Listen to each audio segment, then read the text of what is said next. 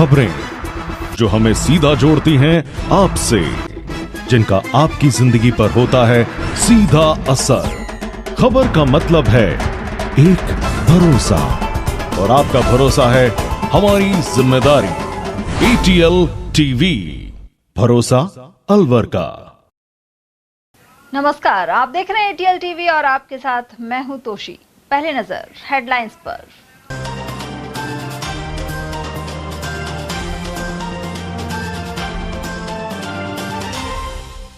ग्यारह साल के मासूम की हत्या कर सूनी हवेली में फेंकी लाश। राजगढ़ के झांकड़ा गांव का है मामला। प्रधानमंत्री मोदी ने राजगढ़ और गोविंदगढ़ के आधुनिक स्टेशनों सहित दी कई सौगात। वहीं बीकानेर में सभा कर पाकिस्तान को लिया आड़े हाथ। साउथ वेस्ट ब्लॉक में महिला की हुई चेन स्नैचिंग। वहीं मोबाइल लूटने वाले 2 शातिरों को कोतवाली पुलिस ने किया गिरफ्तार। और सीएम की रैली में आए किसान के 1 लाख रुपए हुए पार। रैनी के पीड़ित ने अरावली विहार थाने में करवाई रिपोर्ट। और अब हेडलाइंस को देखते हैं विस्तार से। राजगढ़ थाना क्षेत्र के झांकड़ा गांव में 11 साल के बालक मयंक सिंह की हत्या का सनसनीखेज मामला सामने आया है। गुमशुदगी के 24 घंटे बाद उसका शव गांव की एक सूनी हवेली में मिला है। वहीं इसके बाद आक्रोशित ग्रामीणों ने सीबीआई जांच की मांग को लेकर धरना दिया। सूचना मिलते ही कांग्रेस विधायक मांगेलाल मीणा, भाजपा नेता बन्नाराम मीणा, पुलिस अधीक्षक संजीव नैन और एएसपी डॉक्टर प्रियंका रघुवंशी मौके पर पहुंचे। जनप्रतिनिधियों के आश्वासन के बाद ग्रामीणों ने धरना समाप्त किया। इसके बाद शव को देर रात रैनी अस्पताल की मोर्चरी में रखवाया गया। मृतक मयंक सिंह के पिता लाखन सिंह ने 20 मई को राजगढ़ थाने में बेटे की गुमशुदगी की रिपोर्ट दर्ज करवाई थी। उधर पुलिस ने मामला दर्ज कर जांच शुरू कर दी है। हत्यारों की तलाश के लिए विशेष टीम गठित की गई है। प्रधानमंत्री मोदी गुरुवार को राजस्थान के बीकानेर में थे। उन्होंने अलवर परिक्षेत्र के राजगढ़ एवं गोविंदगढ़ के आधुनिक रेलवे स्टेशनों सहित अनेक विकास कार्यों की सौगात दी। साथ ही पाकिस्तान और आतंकवाद पर करारे प्रहार किए। उधर राजगढ़ स्टेशन पर हुए कार्यक्रम में केंद्रीय मंत्री भूपेंद्र यादव भी मौजूद रहे। प्रधानमंत्री नरेंद्र मोदी ने गुरुवार को राजस्थान के बीकानेर का दौरा करने के साथ ही अलवर के राजगढ़ स्टेशन सहित अनेक विकास कार्यों का वर्चुअल उद्घाटन किया। इस अवसर पर अलवर सांसद एवं केंद्रीय मंत्री भूपेंद्र यादव राजगढ़ रेलवे स्टेशन पर मौजूद रहे। साथ ही क्षेत्र के जनप्रतिनिधियों, अधिकारियों आदि की मौजूदगी रही। उल्लेखनीय है कि अमृत भारत योजना के तहत राजगढ़ रेलवे स्टेशन पर 13 करोड़ की लागत से पुनर्विकास और सौंदर्यीकरण कार्य करवाया गया है। इसका मोदी ने वर्चुअली उद्घाटन किया। इस दौरान देशभक्ति और सांस्कृतिक कार्यक्रमों का आयोजन हुआ। वहीं केंद्रीय मंत्री यादव ने शहीदों की वीरांगनाओं और परिवारजनों को सम्मानित किया। उधर भूपेंद्र यादव ने कहा कि प्रधानमंत्री नरेंद्र मोदी के नेतृत्व में आधुनिक और संकल्पबद्ध भारत आगे बढ़ रहा है। साथ ही किसी भी आतंकवादी हमले का माकूल जवाब दिया जाएगा। उन्होंने बताया कि अलवर जिले के राजगढ़ और गोविंदगढ़ रेलवे स्टेशन का विकास एवं पुनर्निर्माण हो रहा है। पिछले दिनों रेलवे में सुविधाओं की दृष्टि से काफी ट्रेनें भी रुकवाई गई हैं। सांसद यादव ने कहा कि ERCP योजना की नई DPR में मुख्यमंत्री ने राजगढ़ का नाम जुड़वाया है। उधर इसके बाद केंद्रीय मंत्री यादव ने DRM विकास पुरवर के साथ रेलवे स्टेशन का निरीक्षण किया। वहीं गोविंदगढ़ स्टेशन पर अमृत भारत योजना के अंतर्गत 4 करोड़ 26 लाख रुपए की लागत से आधुनिकीकरण हुआ है। इसका वर्चुअल उद्घाटन भी प्रधानमंत्री मोदी ने किया। वहीं गोविंदगढ़ में इस दौरान केंद्रीय मंत्री भूपेंद्र यादव के प्रतिनिधि के रूप में रामगढ़ विधायक सुखवंत सिंह मौजूद रहे। उनको डिप्टी चीफ इंजीनियर हाटम सिंह और ACM संजीव जाटव ने सम्मानित किया। साथ ही लोगों ने भारत माता की जय के ओजस्वी नारे लगाए। इसके अलावा स्काउट गाइड ने तिरंगा रैली भी निकाली। कार्यक्रम में तहसीलदार राजेंद्र कुमार यादव, मंडल निरीक्षक मक्खनलाल मीणा, स्टेशन अधीक्षक हंसराज वर्मा सहित भाजपा नेता रविंद्र शर्मा, लाखन दत्त शर्मा, भगवान सैनी, परमजीत सिंह आदि भी मौजूद रहे। देखिए, हम सौभाग्यशाली हैं कि हमारे स्टेशन का भी सिलेक्शन इस अमृत भारत योजना के तहत हुआ है। उसी में बहुत डेवलपमेंट हुआ है। मैं इसके लिए प्रधानमंत्री नरेंद्र मोदी जी को, हमारे रेल मंत्री अश्विनी जी को, हमारे केंद्रीय मंत्री भूपेंद्र यादव जी और हमारे सम्मानीय मुख्यमंत्री जी का सबका आभार प्रकट करता हूं। आज प्रधानमंत्री जी 22 मई को वर्चुअल हमसे जुड़े और 103 स्टेशनों का वर्चुअल लोकार्पण किया। उसके लिए मैं आप सबको धन्यवाद देता हूं कि आप सब भी इसमें शामिल हुए। मुझे भी सौभाग्य मिला इस कार्यक्रम में शामिल होने का। तो पूरे रेलवे प्रशासन का, सभी जो वॉलंटियर, सभी स्टाफ, सभी पत्रकार बंधु जिन्होंने भी सहयोग किया, उनका सबका मैं आभार प्रकट करता हूं। और इस रेलवे स्टेशन को स्वच्छता बनाए रखने का हमको संकल्प लेना चाहिए। उधर प्रधानमंत्री नरेंद्र मोदी ने राजगढ़ और गोविंदगढ़ स्टेशन सहित प्रदेश को विकास की कई सौगातें दी है। बीकानेर के नाल एयरबेस पर उतरने के बाद प्रधानमंत्री ने देशनोक स्थित प्रसिद्ध करणी माता मंदिर में पूजा अर्चना की और शूरवीरों की प्रदर्शनी का अवलोकन किया। इसके बाद उन्होंने अमृत भारत स्टेशन योजना के तहत विकसित देशनोक स्टेशन सहित अलवर जिले के राजगढ़ एवं देश भर के 103 स्टेशनों का वर्चुअल उद्घाटन किया। इनमें राजस्थान के राजगढ़, गोविंदगढ़, फतेहपुर शेखावाटी, देशनोक, बूंदी, मांडलगढ़, गोगामेडी और मंडावर महुआ रोड स्टेशन शामिल हैं। प्रधानमंत्री मोदी ने बीकानेर बांद्रा टर्मिनस एक्सप्रेस को हरी झंडी दिखाई। वहीं 6 रेल लाइनों का विद्युतीकरण कार्य राष्ट्र को समर्पित किया। 4,850 करोड़ रुपए की लागत से 7 सड़क परियोजनाएं भी राष्ट्र को समर्पित की गईं। उधर भारतीय सेना के ऑपरेशन सिंदूर की सफलता के बाद प्रधानमंत्री नरेंद्र मोदी ने गुरुवार को पहली बार पलाना में सार्वजनिक सभा को संबोधित किया। साथ ही पाकिस्तान और आतंकवाद पर हमला बोला। उन्होंने कहा कि मोदी आज सीना तान कर खड़ा है और दुनिया की कोई ताकत भारत को झुका नहीं सकती है। उन्होंने पहलगाम आतंकी हमले के संदर्भ में यह भी कहा कि 22 अप्रैल का बदला हमने 22 मिनट में ले लिया। देश और दुनिया के दुश्मनों ने देख लिया कि जब सिंदूर बारूद बनता है तो उसका अंजाम क्या होता है। जैसे राजस्थान के मांडलगढ़ रेलवे स्टेशन पर महान राजस्थानी कला संस्कृति के दर्शन होंगी, बिहार के थावे स्टेशन पर मां थावे वाली के पावन मंदिर और मधुबनी चित्रकला को दर्शाया गया है। मध्य प्रदेश के ओरछा रेलवे स्टेशन पर आपको भगवान राम की आभा का एहसास होगा। श्रीरंगम स्टेशन का डिजाइन भगवान श्री रंगनाथ स्वामी जी के मंदिर से प्रेरित है। गुजरात का डाकोर स्टेशन रणछोड़राय जी से प्रेरित है। तिरुवन्नामलई स्टेशन द्राविड़ वास्तुकला के अनुसार डिजाइन किया गया है। बेगमपट स्टेशन पर आपको काकतीय साम्राज्य के समय का आर्किटेक्चर देखने को मिलेगा। 22 अप्रैल को आतंकवादियों ने धर्म पूछकर हमारी बहनों की मांग का सिंदूर उजाड़ दिया था।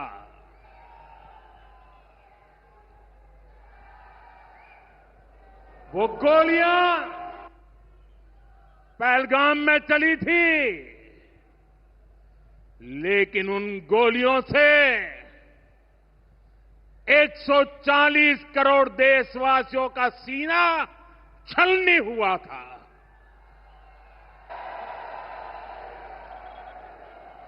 इसके बाद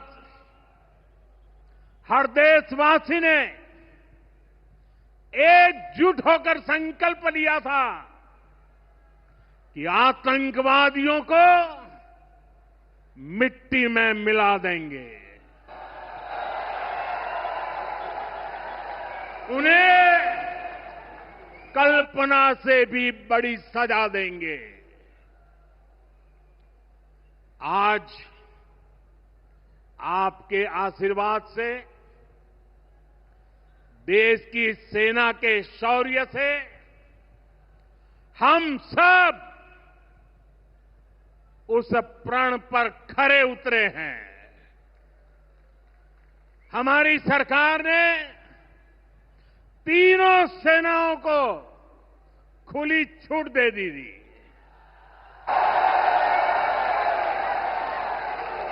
और तीनों सेनाओं ने मिलकर ऐसा चक्रव्यूह रचा कि पाकिस्तान को घुटने टेकने के लिए मजबूर कर दिया।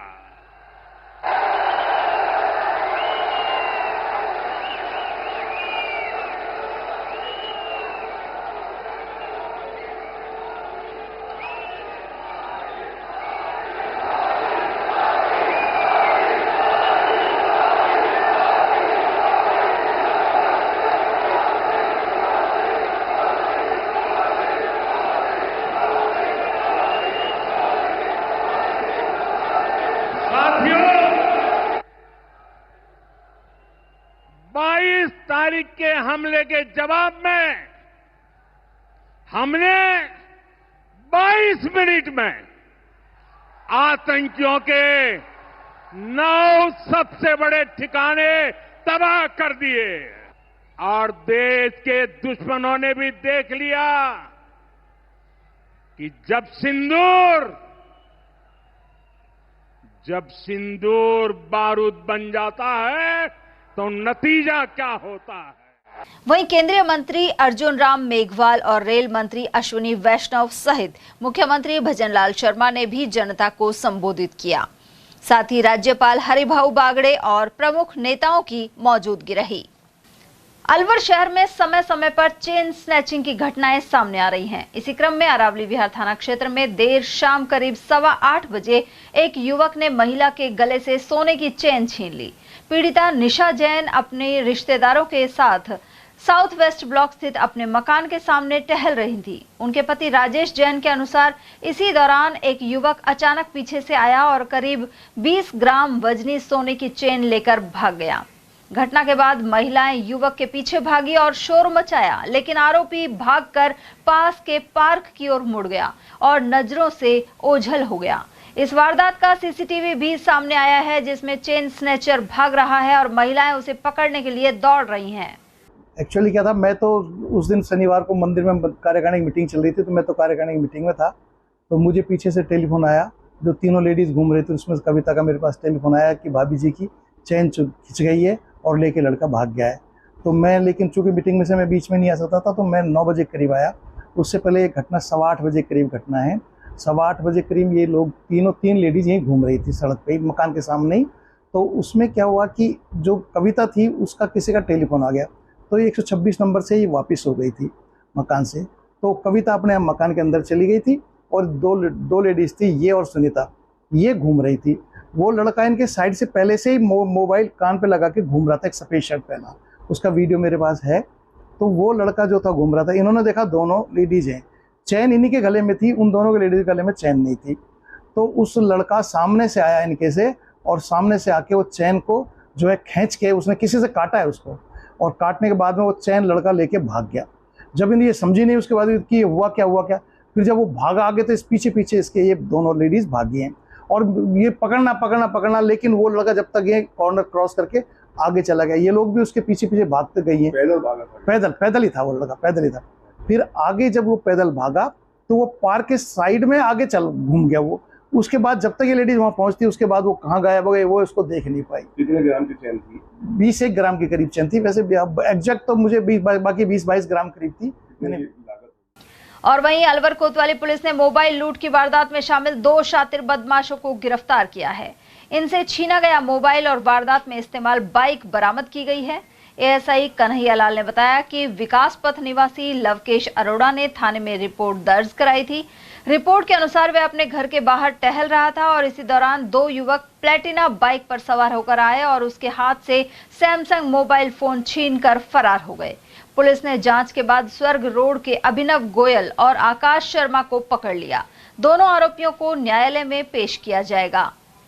थाना आजा पर श्री लवकेश अरोड़ा पुत्र दौलत राम खत्री निवासी विकास पथ अलवर ने प्रकरण दर्ज कराया था कि मैं अपने घर के बाहर टहल रहा था, 2 बदमाशान एक बाइक पर आए और हाथ से मोबाइल फोन छीनकर ले गए, जिस पर प्रकरण दर्ज कर मुलजिमान की परंपरागत संसाधनों एवं तकनीकी संसाधनों से तफ्तीश कर मुलजिमान अभिनव गोयल उर्फ अभी पुत्र प्रदीप गोयल जाति महाजन उम्र 22 वर्ष निवासी स्वर्ग रोड थाना कोतवाली अलवर।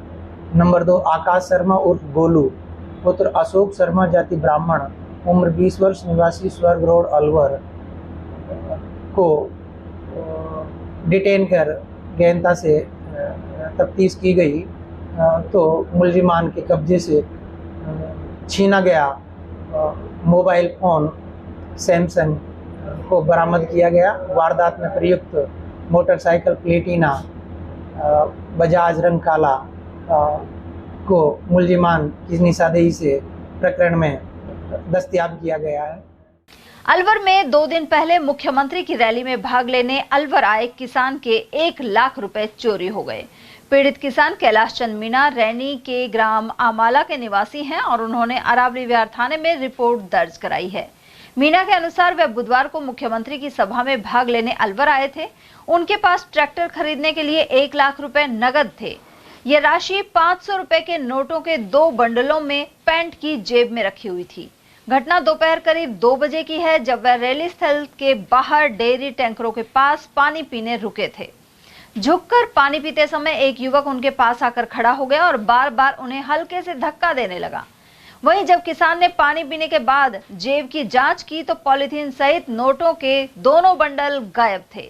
उधर पुलिस ने मामला दर्ज कर लिया है और जांच शुरू कर दी है। मैं श्रीमान जी जो सीएम साहब की रैली थी उस दिन 19 तारीख को 19/5/2025 को उसमें भाग लेने के लिए अलवर गया था। उस समय एक ट्रैक्टर की शाही देने के लिए 1 लाख रुपए लेकर मेरे घर से गया था और वो पैंट की साइड वाली जेब में ब्लैक पन्नी में रखे हुए थे। दोनों पैकेट 500 के नोट थे।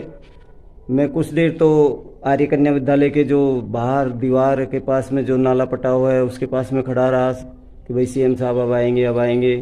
फिर वहाँ से मेरे जब प्यास सताई तो प्यास बुझाने के लिए मैं अंदर जो मेन गेट था दीवार तोड़कर बनाया हुआ था वो पार्क के पास में डेयरी की दीवार तोड़कर उसके पास 2 डेयरी के टैंकर खड़े थे पानी के, उनके पास अपनी प्यास बुझाने के लिए मैं गया।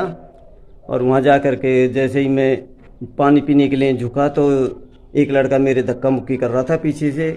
मैंने उसको थोड़ा फटकारा भी कि भाई क्यों धक्का मुक्की कर रहा है, अरे पानी पी रहा हूँ फिर भी ज़बरदस्ती धक्का मुक्की कर रहा है। एक हाथ मैंने पाइप रख रखा था, एक हाथ से मैं ओक बनाकर पानी पी रहा था। जैसे ही मैं खड़ा हुआ पानी पी करके तो मेरे क्या है कि जैसे ही जेब पर हाथ गया तो जेब मेरी साफ मिली और मैं तुरंत आनन फानन फिर एक एसआई खड़े थे 1 स्टार वाले, उनके पास पहुंचा, उनसे राय ली। उन्होंने कहा भैया कुछ नहीं होगा, आप सीधे अरावली विहार थाने में चले जाइए और वहाँ रिपोर्ट दर्ज कराइए। मैं तुरंत वहाँ से भगा। 2 बजे की ये घटना है और भग कर के मैं अरावली विहार थाने में जाकर मैंने रिपोर्ट दर्ज करवाई और रिपोर्ट दर्ज करवाने के पश्चात वहाँ से फिर मैं करीब 4 बजे अपने घर के लिए रवाना हो गया। रात को देर रात तक यहाँ पर आकर पहुँचा मैं। इस तरह से मेरे साथ एक वारदात हुई थी। कठुमर थाना क्षेत्र के ग्राम करौली में जमीन विवाद को लेकर 2 पक्षों के बीच खूनी संघर्ष हो गया। जानकारी के अनुसार हरदयाल सैनी के परिवार की पुश्तैनी जमीन को उसके ही भाई द्वारा फर्जीवाड़े से अपने नाम करवाने के आरोप हैं। जब हरदयाल अपने पुत्र लोकेश और 11 वर्षीय पोते रितेश के साथ खेत में जुताई कर रहा था तभी भाई और उसके साथियों ने उन पर सरियों से हमला कर दिया। इस हमले में तीनों गंभीर रूप से घायल हो गए, जिन्हें सामान्य चिकित्सालय रेफर किया गया है। घटना के बाद गांव में तनाव का माहौल है और पुलिस ने मामला दर्ज कर जांच शुरू कर दी है। वहीं घायल परिवार के परिजन आरोपियों की गिरफ्तारी की मांग कर रहे हैं। ये चाचा की जमीन थी पहली, तो वो क्या है कि 5 आदमी ने वो करके फिर इसमें 2 लड़के उसके एक में था, तो हमारे लिए वो 22 हिसाब से डिवाइड कर दी। 2.25 बीघे मेरे को, 2.25 बीघे उनको दे दी। मैंने की भैया छोरी बोली कि भैया मेरे का 3 भैया एक सार है। मैं चल ठीक है भाई, 3 भैया एक सार है। अब उस जमीन को हम 2, 3, 4, 5 साल से बोते आ रहे हैं और वो अब उस जमीन पे हावी अपने मन से हो रहा है वो। और वहाँ हम खेत में जोत पे गए, क्योंकि अब खाली पड़े हैं खेत, तो हम जोत में गए तो उसने तुरंत ही सब सरियामते और बनते हमला किया है। किसके चोट लगी आपको? मेरी तो लोकेश की लगी है, एक हरदयाल सैनी मेरे पापा जी, इनके मेरा बच्चा है रितेश सैनी, वो बगल में खड़ा था, उसके सरिया का टाइट पे मारा है। अलवर में दादर स्थित पेट्रोल पंप के पास दर्दनाक सड़क हादसे में 23 वर्षीय युवक की मौत हो गई। यह युवक अपनी बीमार भैंस का इलाज कराने के लिए पिता के साथ अलवर पशु चिकित्सालय आ रहा था। युवक बाइक पर था जबकि उसके पिता टेम्पो में साथ चल रहे थे। जिला अस्पताल से जयपुर ले जाते समय रास्ते में ही युवक ने दम तोड़ दिया। मृतक ग्राम बडेर निवासी रामकरण 4 भाइयों में सबसे बड़ा था और अविवाहित था। वहीं टेम्पो में पीछे चल रहे रामकरण के पिता प्रेमचंद अपने बेटे को घायल देखकर बदहवास हो गए। उधर ट्रैक्टर चालक मौके से फरार हो गया। पुलिस उसकी तलाश कर रही है। मृतक का शव पोस्टमार्टम के लिए जिला अस्पताल की मोर्चरी में रखवाया गया है। वहीं परिजन बेहद गमगीन नजर आए। ये सर एक्सीडेंट हुआ था अपने यहाँ दादर के साथ जो पेट्रोल पंप है ना, उधर ट्रॉली से ट्रैक्टर वाले ने टक्कर मार दी। बच्चे ज्यादा घायल हो गए, हमें पता नहीं था। यहाँ हॉस्पिटल लेकर आए थे वहाँ के आर पड़ोसी, जब पता लगा था हमें। तो ये कहाँ से कहाँ आ रहा था? ये गाँव से यहाँ आ रहा था अलवर। ये भैंस के चक्कर में वो भैंस क्या तबीयत खराब होगी, उसको दिखाने के लिए यहाँ आए थे। ये बाइक पे था? ये बाइक पे था, पापा इसके टेम्पो में थे। तो ये ट्रॉली वाले ने टक्कर मार दी। तो इसको अस्पताल लाए? हाँ, इसको अस्पताल लाए। यहाँ सीरियस बता दिया, फिर जयपुर रेफर कर दिया। अलवर के इंदिरा गांधी स्टेडियम स्थित भारतीय खेल प्राधिकरण के हॉकी आवासीय योजना हॉस्टल को बरेली शिफ्ट किया जाएगा, लेकिन इस निर्णय से संबंधित खिलाड़ियों में निराशा का माहौल है। पिछले 30 साल से अलवर में यह हॉस्टल चल रहा था। प्राधिकरण के अलवर केंद्र प्रभारी शिव कुमार सैनी ने बताया कि यहाँ हॉकी के मैदान नहीं हैं और काफी समय से इस खेल के श्रेष्ठ खिलाड़ी सामने नहीं आ रहे। ऐसे में हॉस्टल शिफ्ट करने की रिपोर्ट भेजी गई थी। उन्होंने यह भी जानकारी दी कि अब इंदिरा गांधी स्टेडियम में बास्केटबॉल सेंटर शुरू होगा, जिसके लिए 2 ग्राउंड तैयार कर लिए गए हैं। सबसे पहले तो बच्चों का भविष्य को देखते हुए यहाँ जो फैसिलिटी है, रेत का मैदान भी हमारे पास नहीं है और रेत पे आजकल बच्चे जाना भी नहीं चाहते। पीछे हम यशो टर्फ की थोड़ी पट्टी उठा के लाए थे, उसके कारण थोड़े बच्चे रखे और केंद्रीय विद्यालय RR कॉलेज इवन है, ये SMD में भी ग्राउंड बनाने की कोशिश की। जो आज RR कॉलेज में चल रहा है वो मैंने शुरू करवाया था। मेरे बच्चों ने पूरा ग्राउंड साफ करके हमने ही वो सब शुरू करवाया था।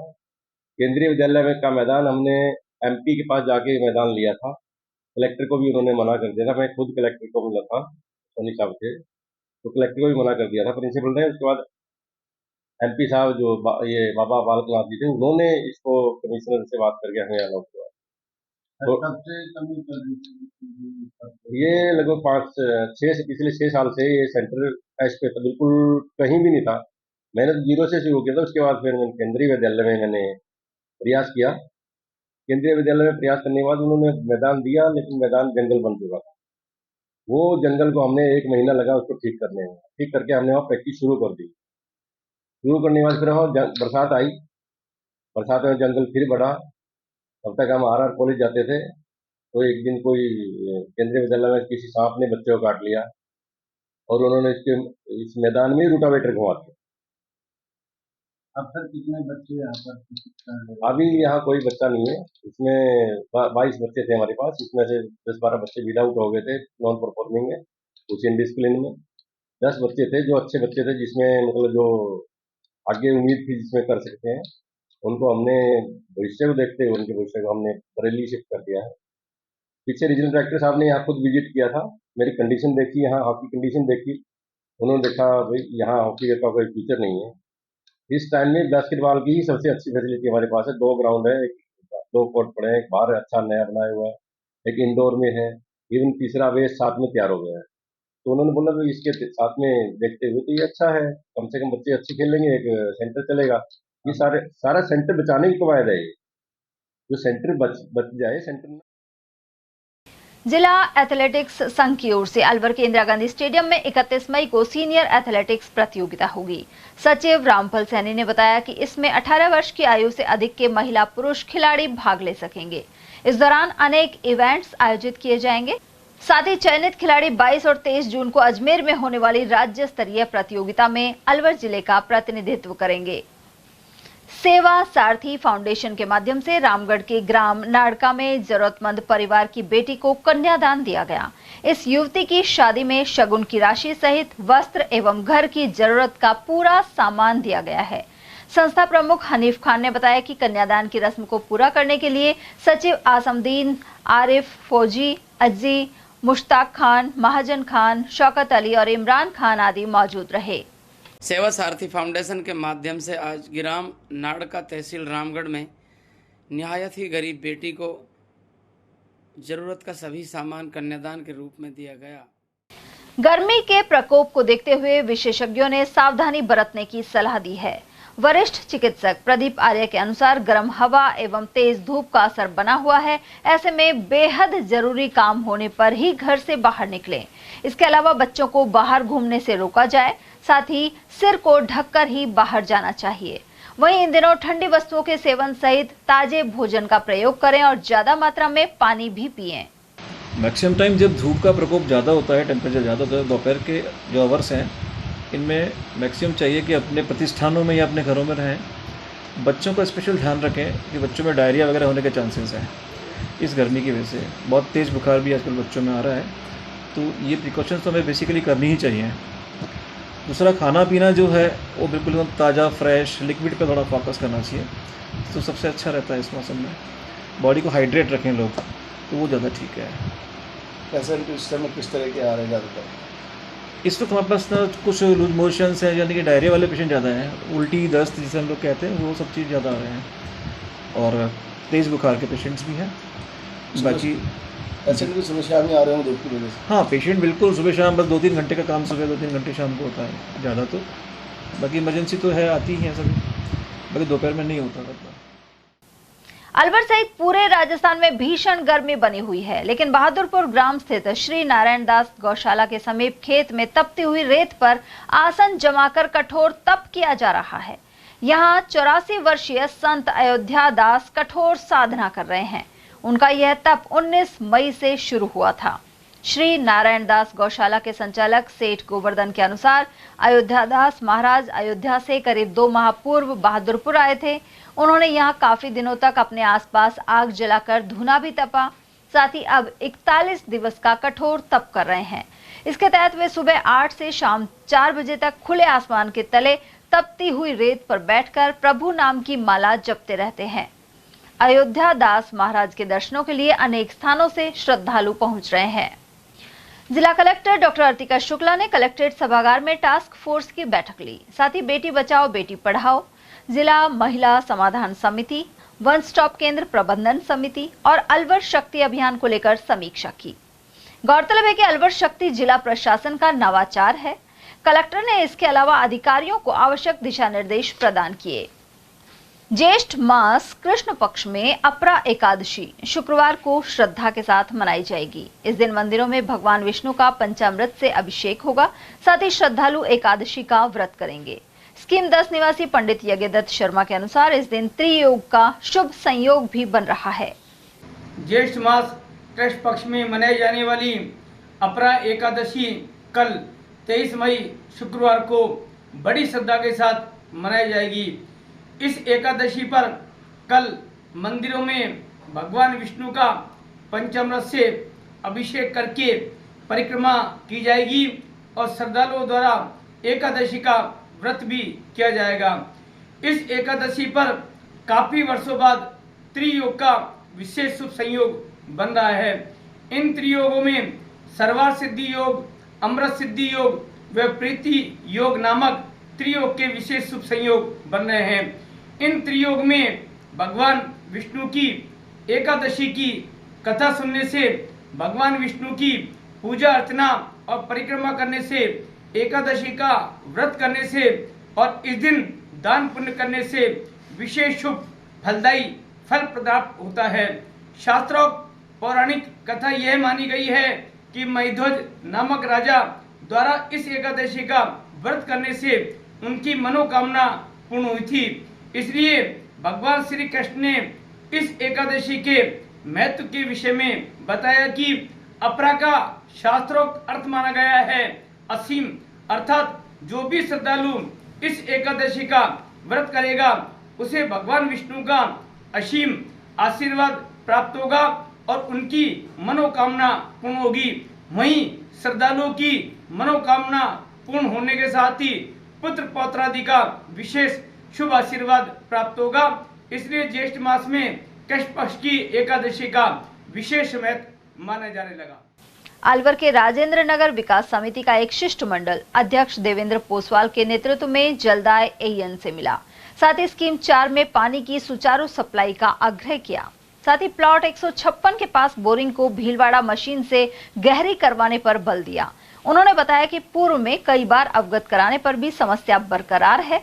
वहीं स्कीम 4 की बोरिंग से अन्य बाहरी क्षेत्रों को पानी दिया जा रहा है, जो नियम विरुद्ध है। महुआ खुर्द के ग्रामीण गुरुवार को अलवर के मिनी सचिवालय पहुंचे। साथ ही जिला कलेक्टर को ज्ञापन सौंपकर पंचायत को यथास्थिति में रखने की मांग की। ग्रामीण रचित कुमार ने बताया कि उनकी पंचायत महुआ खुर्द है, लेकिन अब सरकार जाटोली को पंचायत बना रही है। ऐसे में ग्रामीणों में नाराजगी बनी हुई है। महिला कांता और ग्रामीण रचित कुमार के अनुसार उन्हें दूर स्थित पंचायत जाने में खासी परेशानी का सामना करना पड़ेगा। हमारी पंचायत महुआ कालगवा में रहनी चाहिए, महुआ खुर्द में, और हमको बहुत समय से रुक जाएगी। जो जाटोली में चल जाएगी तो हमारी पंचायत हमारी जहाँ रहनी चाहिए वहीं रहनी चाहिए। क्या परेशानी आएगी अगर चल जाएगी? हमको आन जान की ज्यादा परेशानी रहेगी, दूर ज्यादा पड़ती है हमने। और हमको कोई साधन नहीं, कोई विधवा है और फिर कोई सरपंचन की कोई सैन के अटके, कोई कुछ अटके, भाण बेटी कहाँ जाएंगी, बहू बेटी कहाँ जाएंगी इतनी दूर। सर मामला ये है, मैं महुआ कला गांव से हूँ। ग्राम पंचायत हमारी महुआ खुर्द है और हम पंचायत के रिगार्डिंग आए हैं कलेक्टर साहब से मिलने के लिए। हमारी जो पंचायत है वो महुआ खुर्द है, जो कि अब चेंज करके जाटोली करना चाह रहे हैं, लेकिन हम इस बात से नाराज है। हमारी पंचायत महुआ खुर्द ही रहनी चाहिए, क्योंकि जो जाटोली बनाने जा रहे हैं वो हमारे गांव से 6 किलोमीटर दूर है, जबकि महुआ खुर्द है जो वो हमारे 1 किलोमीटर दूर भी नहीं है। तो इसी चीज़ के लिए हम मिलने आए हैं, क्योंकि अगर जाटोली ग्राम पंचायत बन जाएगी तो 6 किलोमीटर दूर हमारे पूरे ग्रामवासी परेशान होंगे। इतनी दूर कैसे जाएंगे, ना कोई साधन है ना कुछ है। नेता प्रतिपक्ष टीकाराम जूली के अनुसार हनुमानगढ़ और श्री गंगानगर के किसान खरीफ की बुआई के लिए पानी की गंभीर किल्लत का सामना कर रहे हैं। इन जिलों की गंगनहर, आईजीएनपी और भाखड़ा नहर से किसानों को पानी नहीं देकर अन्याय किया जा रहा है। उन्होंने मुख्यमंत्री को किसानों से किया वादा भी याद दिलाया है, जिसमें उन्होंने 3400 करोड़ की लागत से आईजीएनपी सुदृढ़ीकरण के कार्य करवाने का भरोसा दिया था।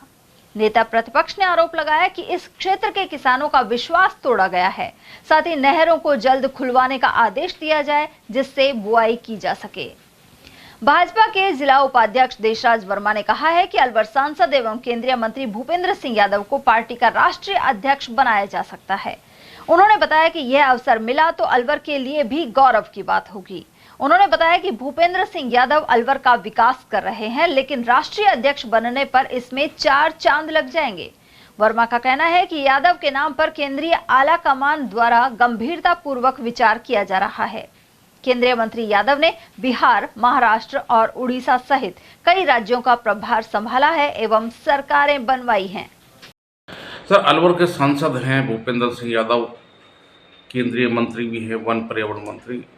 अब सूत्रों से पता चला है कि उनको बहुत ही जल्दी भारतीय जनता पार्टी का राष्ट्रीय अध्यक्ष बनाया जा सकता है, इस तरह की जानकारी मिली है। आप पार्टी के जिले के उपाध्यक्ष हैं, क्या प्रतिक्रिया? देखिए पत्रकार महोदय भूपेंद्र यादव जी, हमारी सौभाग्य है कि ऐसा सांसद हमें मिला।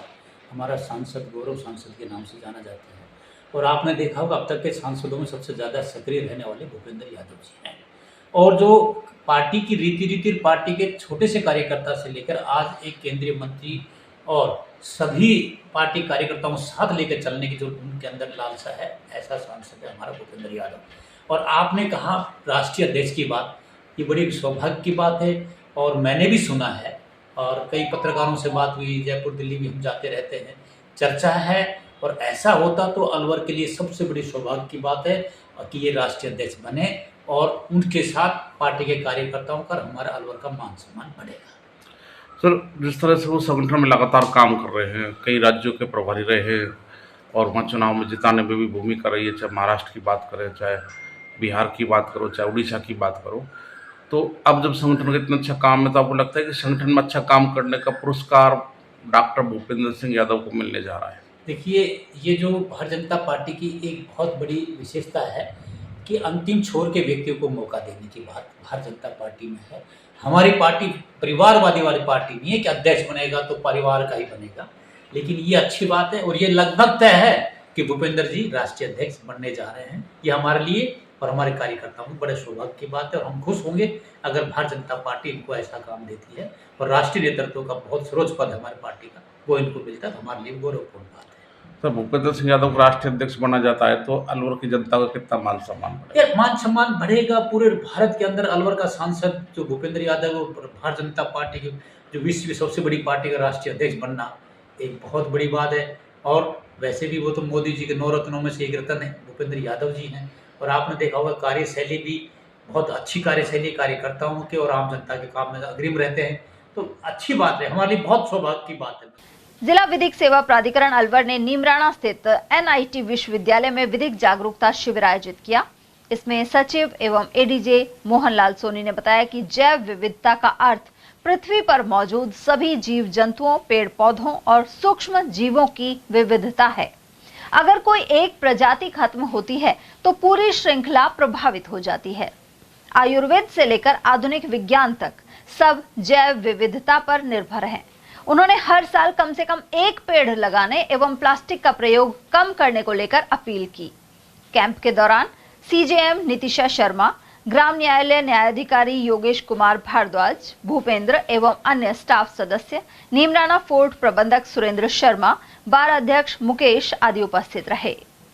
अलवर के कंपनी बाग स्थित शिव मंदिर में आयोजित शिव महापुराण कथा का गुरुवार को समापन हो गया।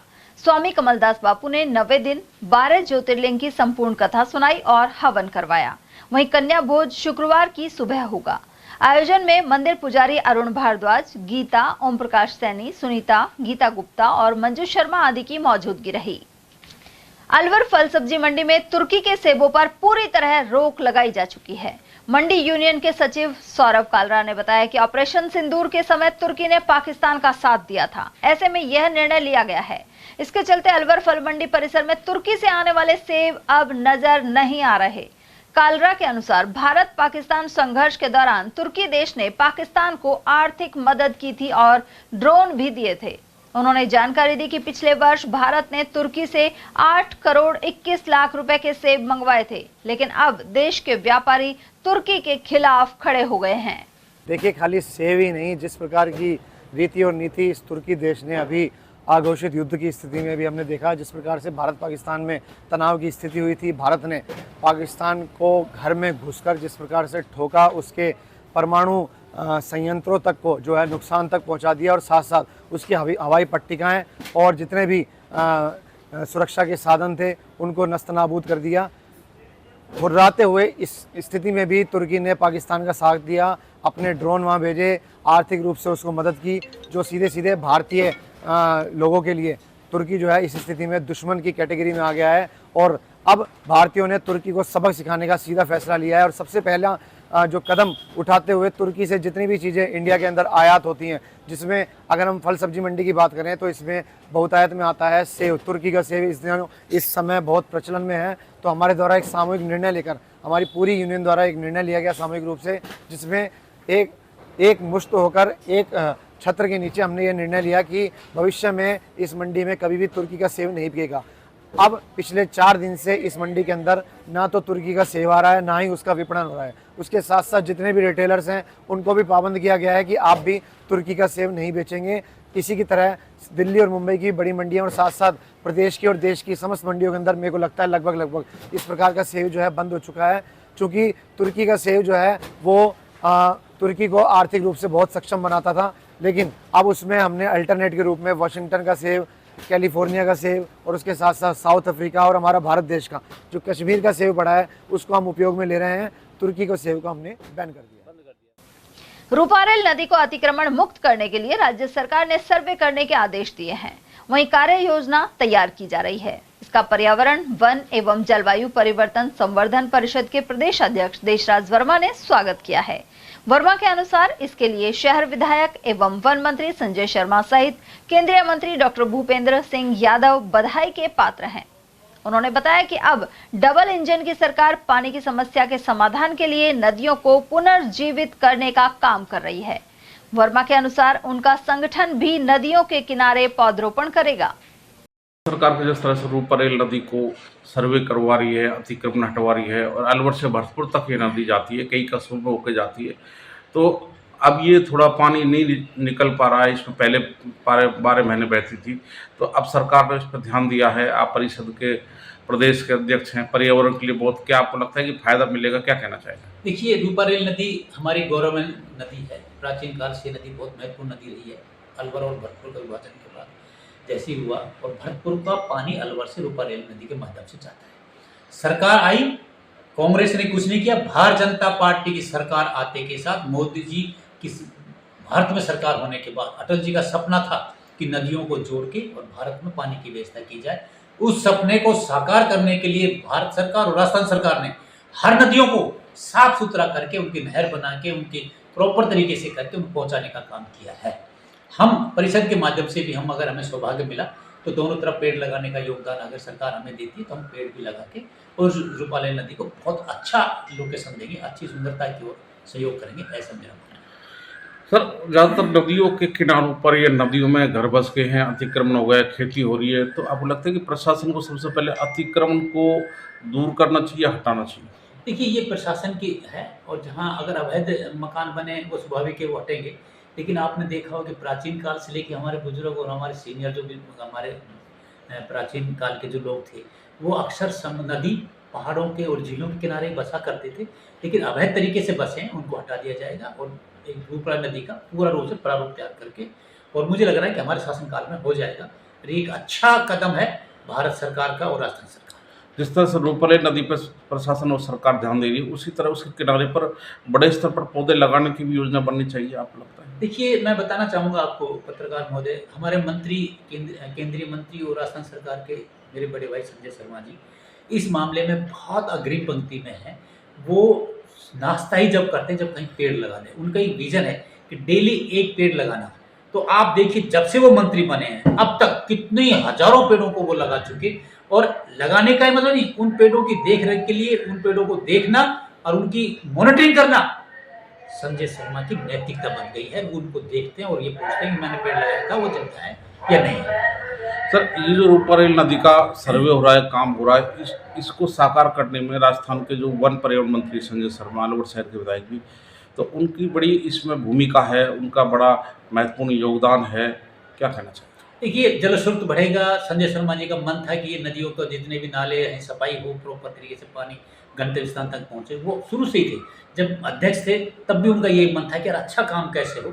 अच्छा काम करने के लिए भगवान ने उसको मौका दिया है, और उस मौके को साकार करने के लिए जनता की आवाज़ बन के जनता के कार्यों को प्रारूप देने के लिए संजय शर्मा कार्य कर रहे हैं। तो जिस तरह से संजय शर्मा जी जो मंत्री हैं, सरिस्का भी जाते हैं, बार बार निरीक्षण भी करते हैं, कर्मचारी अगर कोई गड़बड़ करता है तो उसकी भी डांट लगाते हैं।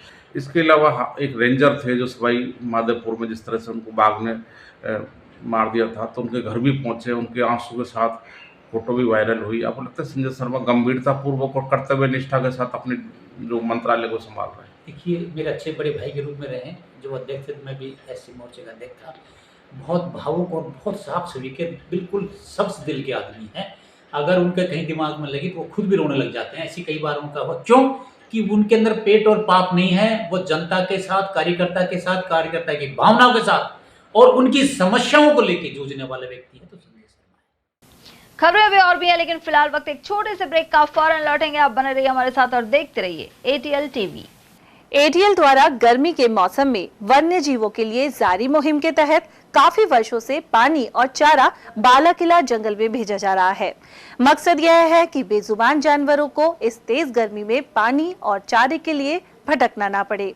ATL की इस मुहिम में आप लोग भी हमारे साथ सहयोग कर मूक प्राणियों की सेवा के जरिए पुण्य लाभ उठाएं। संपर्क करें मुकेश गुप्ता, निदेशक ATL, मोबाइल नंबर 9414019207। आपके अलवर शहर में पहली बिग धमाका सेल, प्लास्टिक, स्टील, क्रॉकरी के सामान अब आपके अलवर शहर में एक ही छत के नीचे। प्लास्टिक सामान जैसे पानी की बोतलें, बाल्टी, नहाने का mug, dustbin, lunch box, drawing box, मसालादानी, नमकदानी, जग, जार, डब्बे, ग्लास, कप, बच्चों की गुल्लक, खिलौने, डिजाइनिंग टोकरी, कपड़ा ब्रश, दांतों की ब्रश, चाबी की चेन, चाकू, कैंची, नेल कटर, आलू कटर, चकला बेलन, चाय ट्रे और नए तरीके के गमले और भी बहुत कुछ।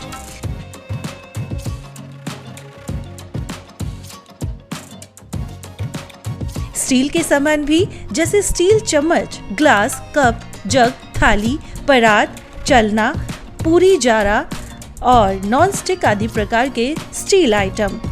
यह सेल कुछ ही समय के लिए है।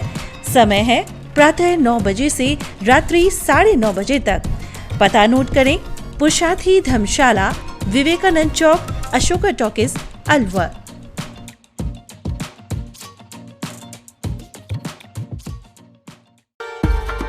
अलवर शहर में पहली बार एक ही छत के नीचे sports goods and sports wear का एकमात्र showroom Stronger sports and wear, Dena bank के सामने, बस स्टैंड रोड, अलवर।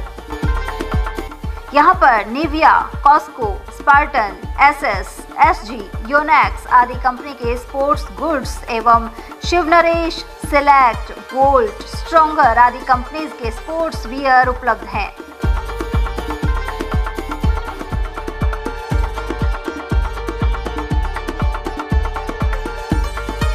यहाँ टीम के लिए स्पोर्ट्स किट और ट्रैक सूट एवं हाउस टी शर्ट्स भी तैयार कराए जाते हैं। एक बार अवश्य पधारें। Contact number Ashok Kumar 9460374217, Ajay Kumar 9414890908। अलवर शहर में आदित्य ग्रुप ऑफ एजुकेशन शिक्षा के क्षेत्र में अपनी श्रेष्ठता का परचम लहरा रहा है। बोर्ड परीक्षा में 100% परिणाम दे रहा है। सत्र 2024 में विद्यार्थी पलक जैन, दक्षिता शर्मा व आरजू जांगीड़ ने बोर्ड परीक्षा में 98% अंक प्राप्त कर संस्था को गौरवान्वित किया। संस्था द्वारा तीनों विद्यार्थियों को 21-21 हजार रुपए का पुरस्कार देकर सम्मानित किया गया। संस्था को स्कूल एक्सीलेंट अवार्ड से भी सम्मानित किया गया। हमारे यहाँ अंग्रेजी व हिंदी माध्यम में साइंस, कॉमर्स और आर्ट्स के अनुभवी अध्यापक अध्यापिकाओं द्वारा शिक्षण की उत्तम व्यवस्था है। साइंस वर्ग में 11th, 12th foundation, NEET, IIT का स्कूल फीस में ही अध्ययन करवाया जा रहा है। विद्यालय के द्वारा सुसंस्कारित शिक्षा प्रदान की जा रही है। विद्यालय में सांस्कृतिक कार्यक्रम, खेलकूद प्रतियोगिता, विज्ञान एवं प्रौद्योगिक विभाग द्वारा आयोजित प्रतियोगिता में छात्र छात्राओं ने भाग लेकर विद्यालय को गौरवान्वित किया है। हमारे यहाँ पढ़ाई में कमजोर विद्यार्थियों की अलग से कक्षाएं लगाकर पढ़ाई से संबंधित कमजोरी को दूर किया जाता है। प्रॉब्लम सॉल्विंग काउंटर के माध्यम से विद्यार्थियों की समस्या का समाधान प्रशिक्षित अध्यापकों द्वारा किया जाता है। डोर टू डोर वाहन सुविधा, CCTV कैमरे, साप्ताहिक टेस्ट, प्रतिमाह अभिभावक संगोष्ठी, स्कूल प्लस कोचिंग की अफोर्डेबल फीस में उत्तम व्यवस्था।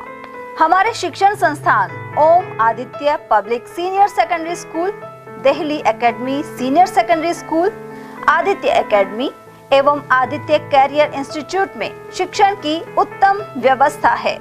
अभिभावकों से निवेदन है कि उत्कृष्ट परीक्षा परिणाम प्राप्त करने के लिए एक बार विद्यालय की जानकारी लेकर अपने बच्चों को उत्तम शिक्षा दिलाएं। आदित्य की परंपरा, सेवा, संस्कार व समर्पण।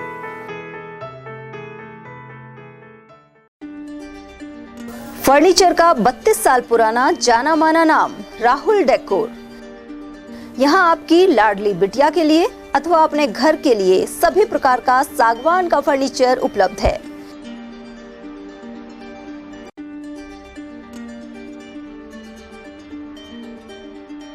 Double bed, dressing table, sofa set सागवान एवं कपड़े वाले तथा सेंटर टेबल, भट्टी कलर, स्टील अलमारी, ब्रांडेड एवं सॉफ्टी फोम के गद्दे आपकी नाप तोल से बनाए जाते हैं।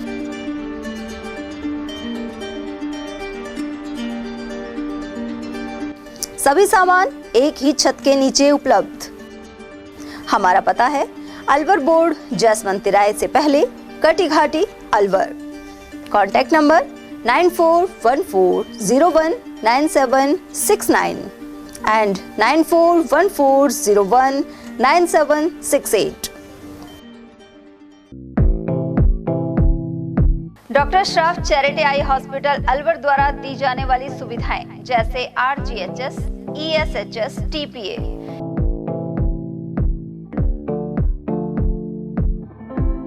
इसके अलावा registration, OPD service, OT ward, store एवं अलवर जिले में first time low vision clinic की सुविधा दी जा रही है। लो विजन एड क्लिनिक जो दिव्यांग बच्चों जिनकी निगाह बहुत सारे इलाज के बाद भी कम रह जाती है, उस ऐसे मरीजों के लिए या ऐसे बच्चों के लिए जो बेस्ट पॉसिबल जो डिवाइसेस होते हैं वो हमारे पास अवेलेबल है, जिससे हम ऐसे बच्चों का मदद कर सकते हैं। ऑप्थेल्मोलॉजी डॉक्टर द्वारा चिन्हित मरीज लो विजन क्लिनिक की सुविधा उठा सकता है। हमारे यहाँ विभिन्न प्रकार की जांचें जैसे OCT, RFNL, VFA, B scan, YAG laser, A scan की सुविधा उपलब्ध है। हमारा पता है doctor Shroff charity eye hospital, Subhash Nagar, NEB road, Alwar, Rajasthan. Contact number 014423705559। हीरे, सोने, चांदी के जेवरातों के विक्रेता दुर्गा प्रसाद सुनील दत्त ज्वेलर्स, बजाजा बाजार, अलवर।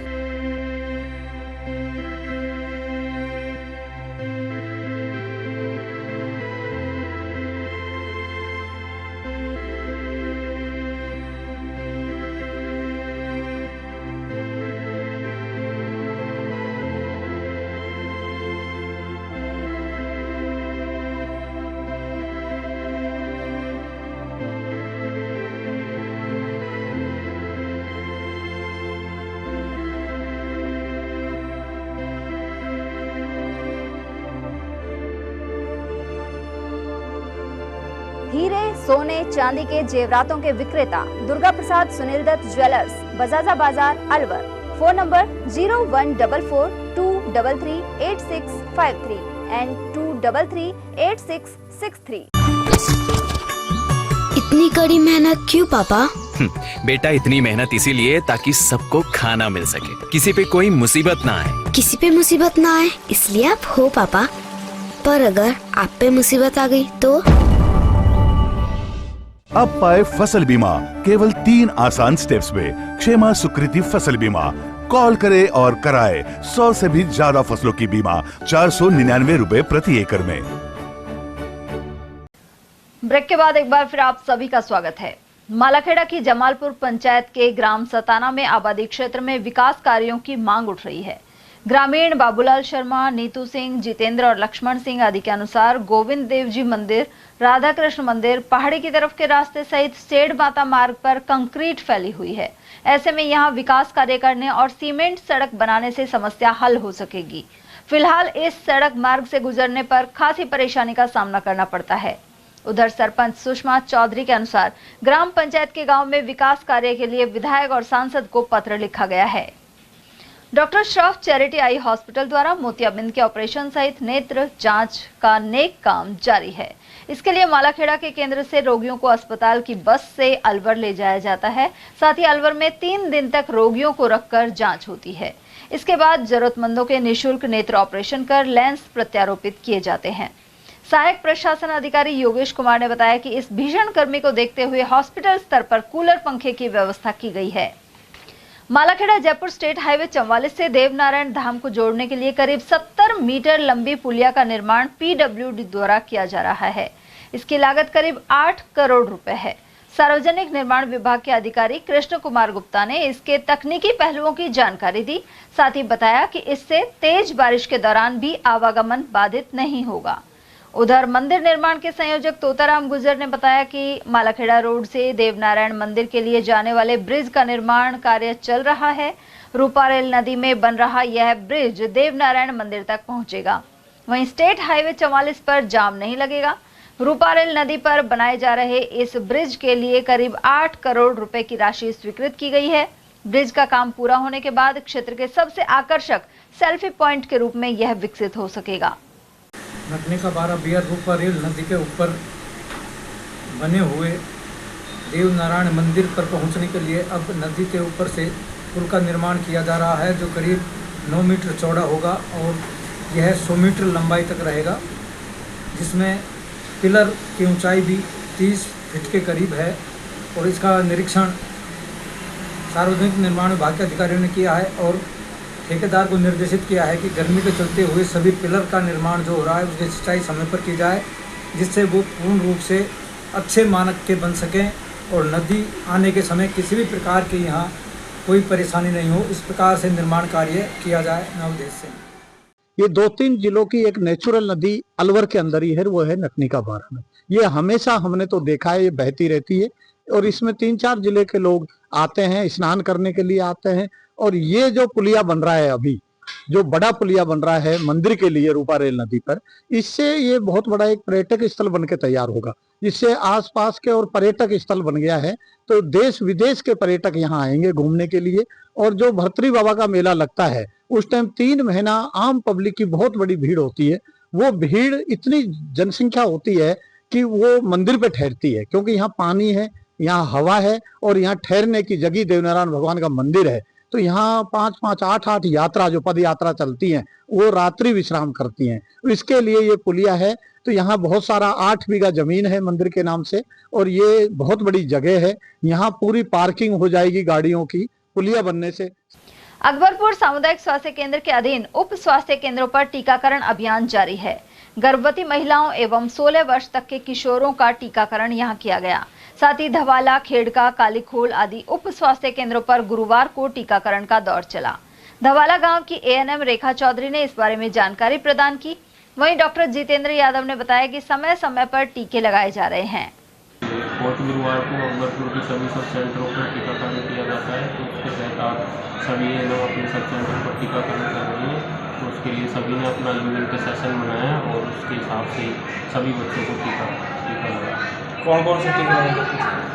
सब जो वैक्सीन प्रिवेंटेबल डिजीज के लिए लगते हैं सारे टीके लगाए। हाँ जी, उप स्वास्थ्य केंद्र धवाला में आज टीकाकरण किया जा रहा है। ये हर महीने के 4th गुरुवार को हमने फिक्स किया हुआ है। हर महीने के 4th गुरुवार को करते हैं, जिसके अंदर एएनसी का पूरा चेकअप किया जाता है और बच्चों का टीकाकरण होता है 0 से 16 साल के बच्चों का। और एएनसी को जो भी मतलब इनको इनकी जैसे कि ब्लड शुगर है, बीपी है और वेट वगैरह जो भी इनका है सारी जांचें करते हैं। और इनको जैसे कि आयरन फोलिक एसिड वगैरह दवाई भी दी जाती है। उमरैण पंचायत समिति सभागार में प्रधान दौलत राम की अध्यक्षता में साधारण सभा का आयोजन हुआ। इसमें पानी और अन्य मुद्दे छाए रहे। साधारण सभा की बैठक में सभी विभागों के अधिकारी एवं जनप्रतिनिधि मौजूद रहे, लेकिन सिर्फ डहलावास और शाहपुर की 2 ही महिला जनप्रतिनिधि मौजूद थीं। इस दौरान वार्षिक कार्य योजना का अनुमोदन किया गया। इसके अलावा समस्याग्रस्त गांव में टैंकर द्वारा पानी की सप्लाई की जाएगी। मेवात विकास योजना के तहत वार्षिक कार्य योजना का अनुमोदन भी किया गया। डहलावास पंचायत के मार्ग को दुरुस्त करवाने और जल जीवन मिशन योजना और बिजली से जुड़ी समस्याएं भी सामने आई। संबंधित अधिकारियों ने इसका जल्द ही समाधान करने के लिए आश्वासन दिया है। हाँ, जैसे सड़क है, पानी है, नाली है, बहुत सारी पीडब्ल्यूडी की जो सड़कें हैं उन पे 1 महीने का टाइम जो हमारे कृष्णकांत जी अय्यन साहब आए थे, उन्होंने 1 महीने के अंदर अंदर जो भी हमारी अटकी हुई सड़कें वो सारी पूरी होंगी। समस्या जैसे बिजली है, नाली है, पानी है, 1-2 बोरिंग की समस्या थी। तो आज हमने साधारण सभा की मीटिंग किए, जल्द से जल्द जैसे हमारे पास अभी एसएफसी की किस्त वगैरह आने वाली है, जैसे हमारे पास सरकार किस्त डालेगी सबसे पहले हम पानी का काम करेंगे। साधारण सभा में सीली सेट से करवाए चक्कर रोड का जो टेंडर है बार बार कैंसिल हो जाता है और हमने कई बार रिक्वेस्ट करी है टेंडर की जल्दी जल्दी रोड बनाए। एक डहलावास में जो जल जीवन योजना चल रही है स्कीम, उसके अभी तक कोई वो नहीं है, फायदा नहीं हुआ, कोई फायदा नहीं हुआ, टंकी सलेक्शन ही नहीं हुई अभी तक। एक हमारे जीएसएस कितना 4 महीने 6 महीने तैयार है। कभी तो कहते हैं मालाखेड़े से, अरे मालाखेड़े से क्यों लगा रहे हो, अलवर से जोड़ो ना, मालाखेड़े से 3 साल में नहीं जुड़ेगा। ये सब अधिकारियों की लापरवाही है। तेज गर्मी और लू को देखते हुए अलवर जयपुर हाईवे पर राहगीरों के लिए ग्रामीणों ने शीतल मीठे जल की प्याऊ लगाई है। इस समय भीषण गर्मी ने अपने तीखे तेवर से आम जन का हाल बेहाल कर दिया है। साथ ही आसमान से बरस रही आग ने लोगों को घरों में रहने पर मजबूर कर दिया है। ऐसे में साहोड़ी गांव से आगे प्रजापत चक्की पर हरगोविंद साहे ने अपने पिता की स्मृति में मीठे जल की प्याऊ लगाई है। क्या नाम है सर आपका? टेम्परेचर ज़्यादा होने के कारण गर्मी ज़्यादा है, 44-45 पारा पहुंच चुका है। तो मैं चाहता हूं बाबा भोले की कृपा से सभी भाई का मीठा मुँह हो जाए और ठंडा पानी पीने की व्यवस्था हो जाए। तो इसी उपवंश में कुछ हमारे पिताजी की याद में तो ये प्याऊ का 5-6 सालों से ऐसा ही कुछ किया जा रहा है। जिला कलेक्टर ने रूपारेल नदी के जीर्णोद्धार एवं उन्नयन कार्य को लेकर समीक्षा बैठक ली। साथ ही सघन सर्वे के आधार पर डीपीआर तैयार करने के निर्देश दिए हैं। मिनी सचिवालय के कलेक्ट्रेट सभागार में यह बैठक संपन्न हुई। जिला कलेक्टर अर्तिका शुक्ला ने जल संसाधन विभाग के अधिशासी अभियंता को आवश्यक हिदायतें दी। साथ ही संस्थाओं के पदाधिकारियों से रूपारेल नदी के जीर्णोद्धार कार्य के लिए फीडबैक लिया। बैठक में नगर निगम आयुक्त जितेंद्र सिंह नरूका, कृषि संयुक्त निदेशक पीसी मीणा, जल संसाधन अधिशासी अभियंता संजय खत्री, जिला उद्योग केंद्र के महाप्रबंधक एमआर मीणा और ग्रामोदय सामाजिक संस्थान के अध्यक्ष केदार प्रसाद श्रीमल आदि मौजूद रहे। भरतपुर में भुसावर तहसील के ग्राम उलूपुरा में विशाल 5121 कुंडीय महायज्ञ जारी है। इसमें देवनागरी प्रेस क्लब महुआ के अध्यक्ष मेघराज ने भी भाग लिया। साथ ही पत्रकार संजय लाटा और राजवीर सिंह नरूका भी धार्मिक अनुष्ठान में शामिल हुए। यहां आनंद आश्रम के महाराज शोभानंद भारती द्वारा 21 दिवसीय विशाल रामकथा, शिव महापुराण सहित महायज्ञ का विशाल आयोजन किया गया है।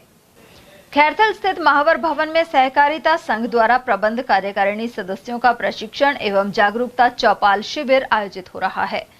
केंद्रीय सहकारी बैंक लिमिटेड अलवर की ओर से यह आयोजन किया जा रहा है। इस मौके पर अतिरिक्त रजिस्ट्रार इंदर सिंह सहित अन्य अधिकारी वेद प्रकाश सैनी, प्रवीण कुमार, प्रकाश नारायण झा, संगीता यादव, शेष कुमार शर्मा आदि मौजूद रहे।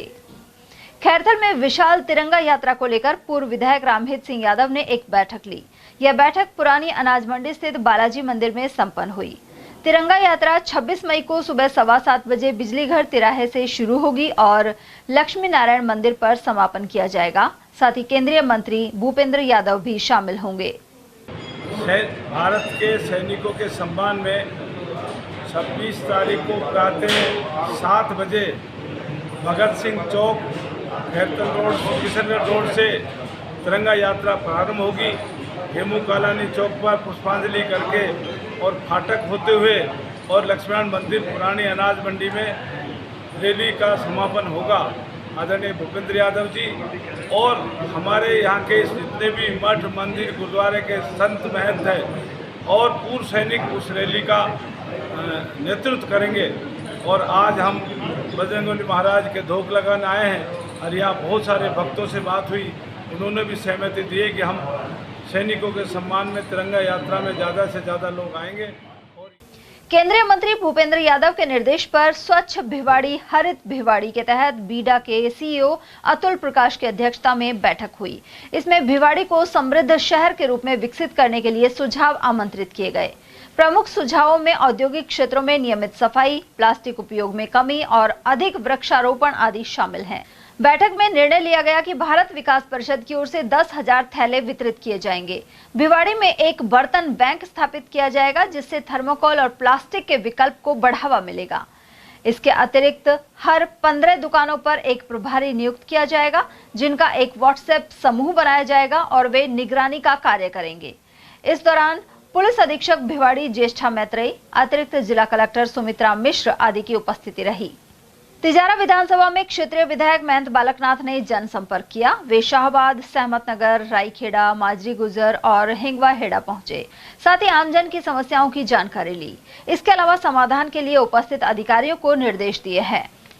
लायंस क्लब अलवर मत्स्य की अध्यक्ष डॉक्टर मंजू अग्रवाल को आउटस्टैंडिंग परफॉर्मेंस भामाशाह अवार्ड मिला है। वहीं पूर्व प्रांतपाल मानक चंद गुप्ता को हीरो ऑफ द इवेंट और इंटरनेशनल गोल्ड पिन सहित MJF अवार्ड से नवाजा गया है। लायन कॉन शिखर में वर्ष 2027-28 के लिए चुनाव भी हुए। इस दौरान वाइस डिस्ट्रिक्ट गवर्नर पद पर RS मदान विजयी रहे। लायंस क्लब अलवर मत्स्य के रीजन चेयरपर्सन गिरीश गुप्ता ने बताया कि भरतपुर में 8वीं वार्षिक डिस्ट्रिक्ट कॉन्फ्रेंस का अवार्ड सेरेमनी कार्यक्रम आयोजित हुआ। अकबरपुर थाना क्षेत्र के माचड़ी गांव में पारिवारिक विवाद एक दर्दनाक घटना में बदल गया। जानकारी के अनुसार 26 वर्षीय राकेश जाटव ने पत्नी से झगड़े के बाद आवेश में आकर उसके सामने ही फंदा लगा लिया। राकेश ने 2 साल पहले महाराष्ट्र की युवती से शादी की थी। वहीं पति पत्नी के बीच लंबे समय से कलह चल रही थी, जो इस दुखद अंत का कारण बनी। मृतक का 1.25 साल का मासूम बेटा भी है, जो अब अनाथ हो गया है। उधर मौके पर पहुंची पुलिस ने शव को कब्जे में लेकर पोस्टमार्टम के लिए भिजवा दिया है और मामले की जांच शुरू कर दी है। बेलदारी को काम कर क्या हुआ आज? कुछ नहीं, ऐसी छोटी मोटी कयास नहीं चल रही है आपस में। किससे? दोनों जनान। फिर मुझे और कुछ पता नहीं, मैं मेरे अपने कमरे में थी, ये इनके कमरे में था, कूलर पंखा चल रहा है, मैं तो अपने बच्चों को लेकर अंदर थी। फिर अब मैं एकदम से पानी के लिए बाहर आई तो मैंने पानी देखा हूँ तो भी इनके झगड़ा चल रहा था, जो फांसी पे लटका हुआ देखा था मैंने। तो डेली होता है झगड़ा? हाँ, लड़ाई झगड़ा रोज होता। शराब वगैरह पीता था? हाँ, फुल पीता है शराब। राजस्थान माध्यमिक शिक्षा बोर्ड 12वीं कक्षा का परीक्षा परिणाम जारी हो गया है। बोर्ड एडमिनिस्ट्रेटर महेश चंद शर्मा ने विज्ञान, कला और वाणिज्य संकायों का रिजल्ट एक साथ जारी किया। साइंस का रिजल्ट 98.43, कॉमर्स का 99.7 और आर्ट्स का रिजल्ट 97.78% रहा है। तीनों सब्जेक्ट में गर्ल्स टॉपर रही हैं। 12वीं बोर्ड की परीक्षाएं 6 मार्च से शुरू हुई थी और अंतिम परीक्षा 9 अप्रैल को थी। वहीं स्टूडेंट्स अपना परीक्षा परिणाम बोर्ड की आधिकारिक वेबसाइट पर देख सकेंगे। उधर सफल अभ्यर्थियों ने खुशी का इजहार किया। उधर मालाखेड़ा के नवीन सीनियर सेकेंडरी स्कूल की छात्रा निशा कंवर ने 12वीं आर्ट्स में बेहतर प्रदर्शन किया। 20 वार्ड नरूका निवासी रणवीर सिंह की पुत्री निशा ने 94.80% अंक पाए हैं। नाम अंशुल कुमारी शर्मा है। आप सभी को मेरा नमस्कार। आज जो 12वीं बोर्ड का रिजल्ट आया है आर्ट्स का, उसमें मैंने 95.20% अंक हासिल किए हैं। मैंने खुद में सेल्फ स्टडी की थी एंड मेरी काजल दीदी ने मेरा सपोर्ट किया था। वो खुद यूपीएससी की तैयारी कर रही है, उन्होंने भी 12वीं में 95% अंक हासिल किए थे। मेरे पापा का नाम सुनील कुमार शर्मा है, जो किसान है, एवं मेरी माता जी है वो गृहिणी है। स्कूल का नाम गवर्नमेंट सीनियर सेकेंडरी स्कूल डगडेगा रहने। और चलते चलते एक नजर हेडलाइंस पर।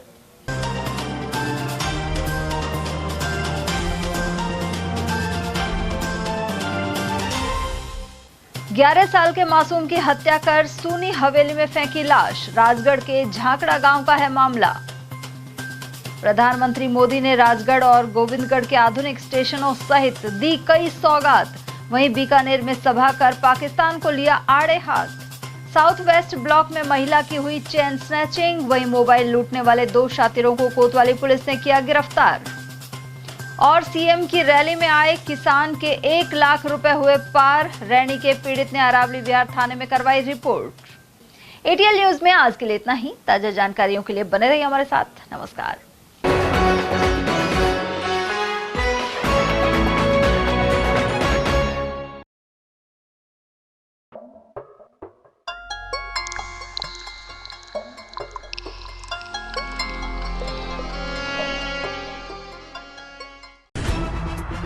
खबरें जो हमें सीधा जोड़ती हैं आपसे, जिनका आपकी जिंदगी पर होता है सीधा असर। खबर का मतलब है एक भरोसा, और आपका भरोसा है हमारी जिम्मेदारी।